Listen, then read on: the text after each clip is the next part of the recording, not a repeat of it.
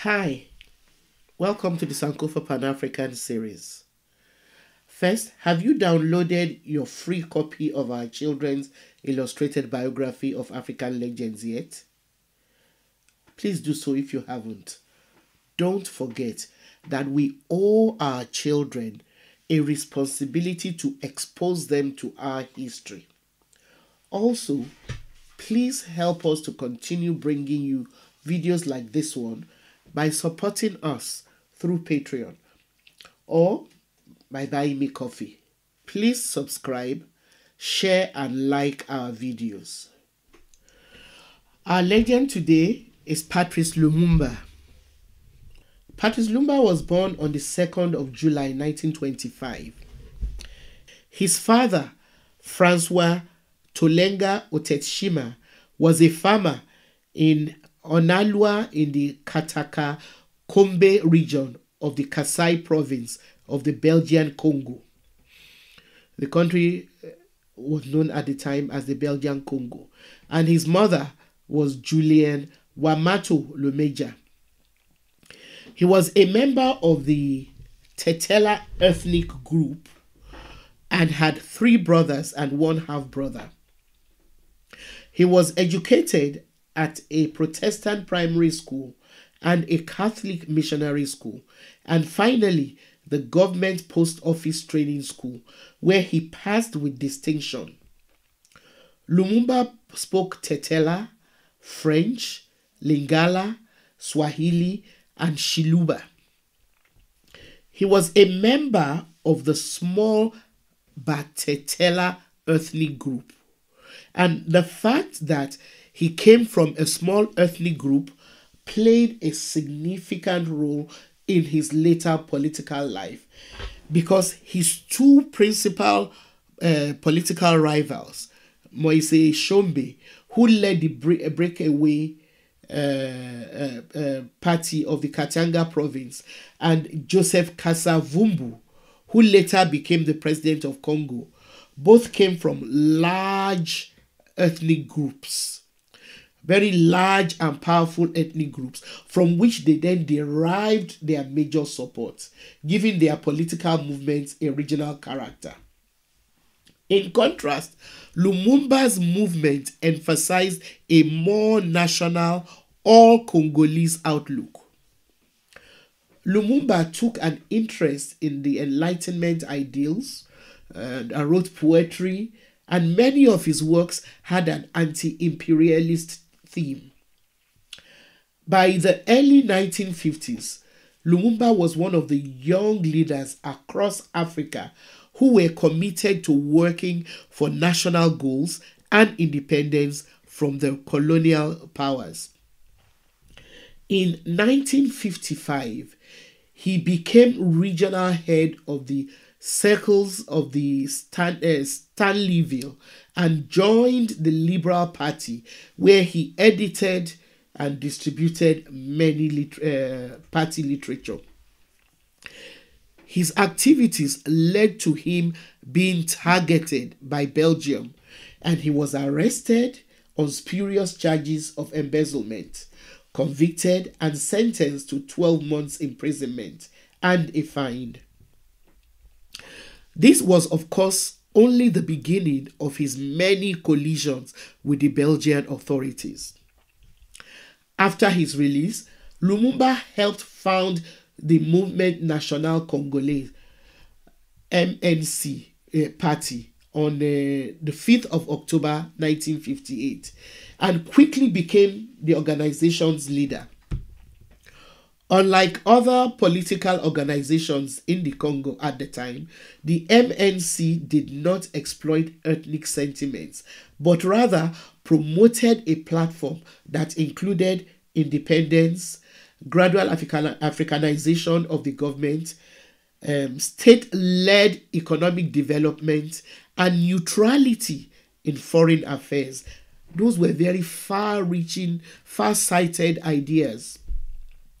Lumumba had a large popular following due to his personal charisma, excellent oratory, and ideological sophistication.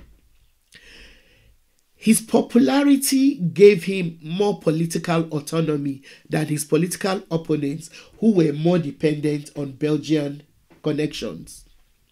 Lumumba was one of the delegates who represented the MNC at the All African People's Conference in Accra, Ghana, in December of 1958. At this international conference, which was hosted by Ghanaian President Kwame Nkrumah, Lumumba further solidified his Pan-Africanist beliefs. Nkrumah was personally impressed by Lumumba's intelligence and ability. In October 1959, Lumumba, as leader of the MNC, was arrested for inciting an anti-colonial riot in Stanleyville. 30 people were killed during that riot. He was sentenced to 6 months in prison. The start date of the trial was deliberately set on the 18th of January 1960.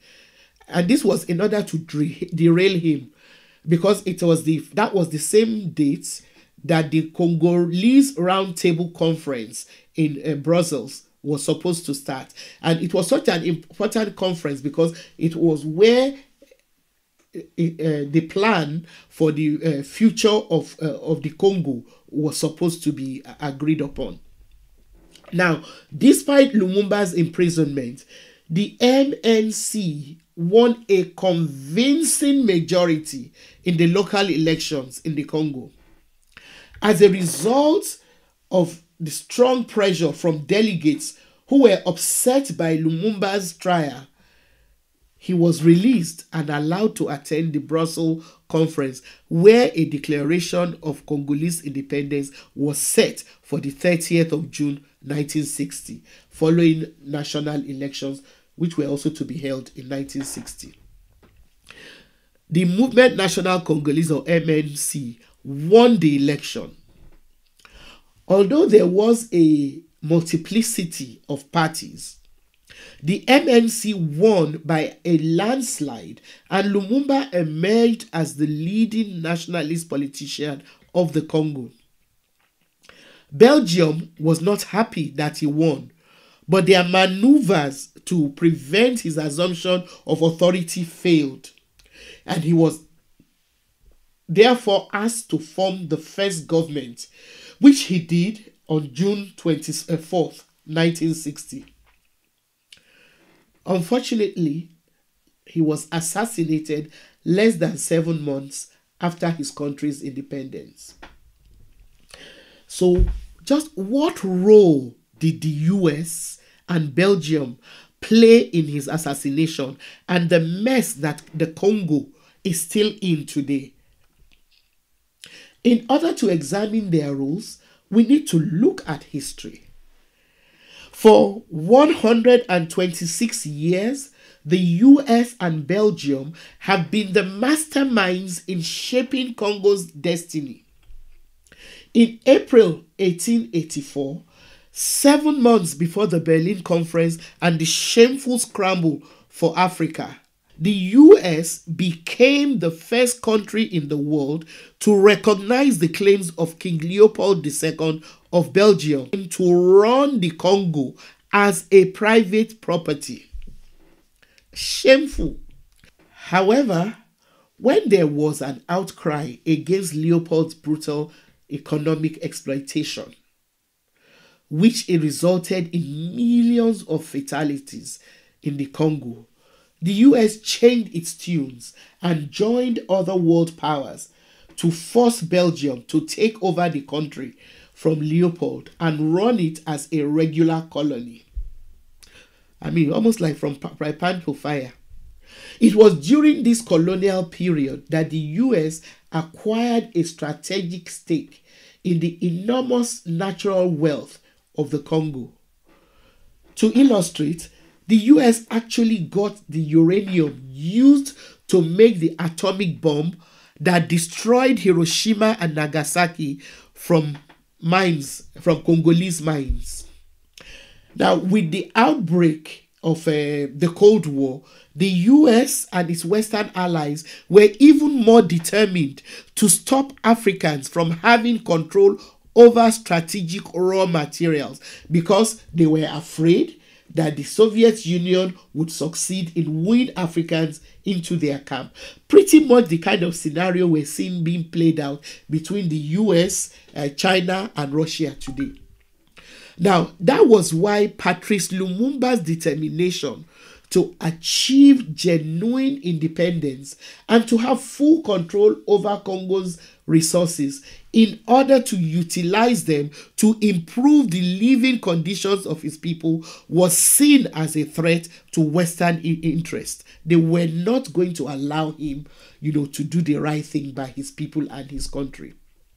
Now, in order to destroy him for daring to have the interest of his country at heart, the US and Belgium used all the resources at their disposal, including the United Nations Secretariat under Dag Hammarskjöld and Ralph Bunche, to buy the support of Lumumba's Congolese rivals and hired killers.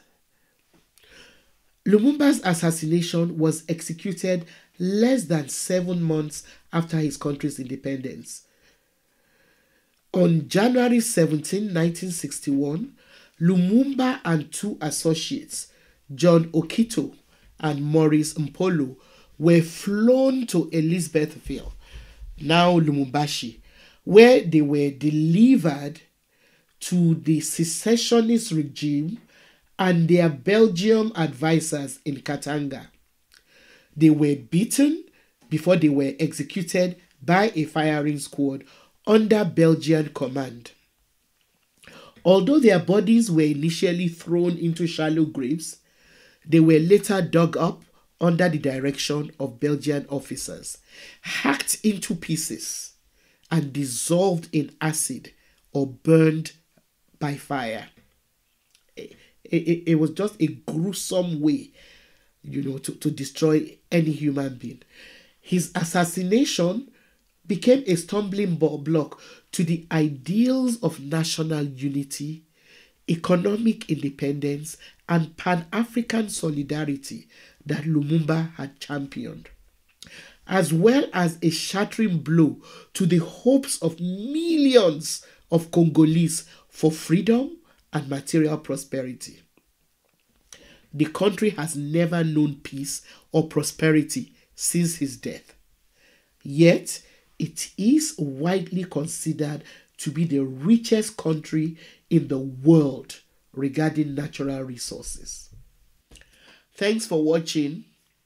Please download your free copy of our children's books and support us through Patreon or by buying me coffee. Also, tell your friends about this channel. Thank you.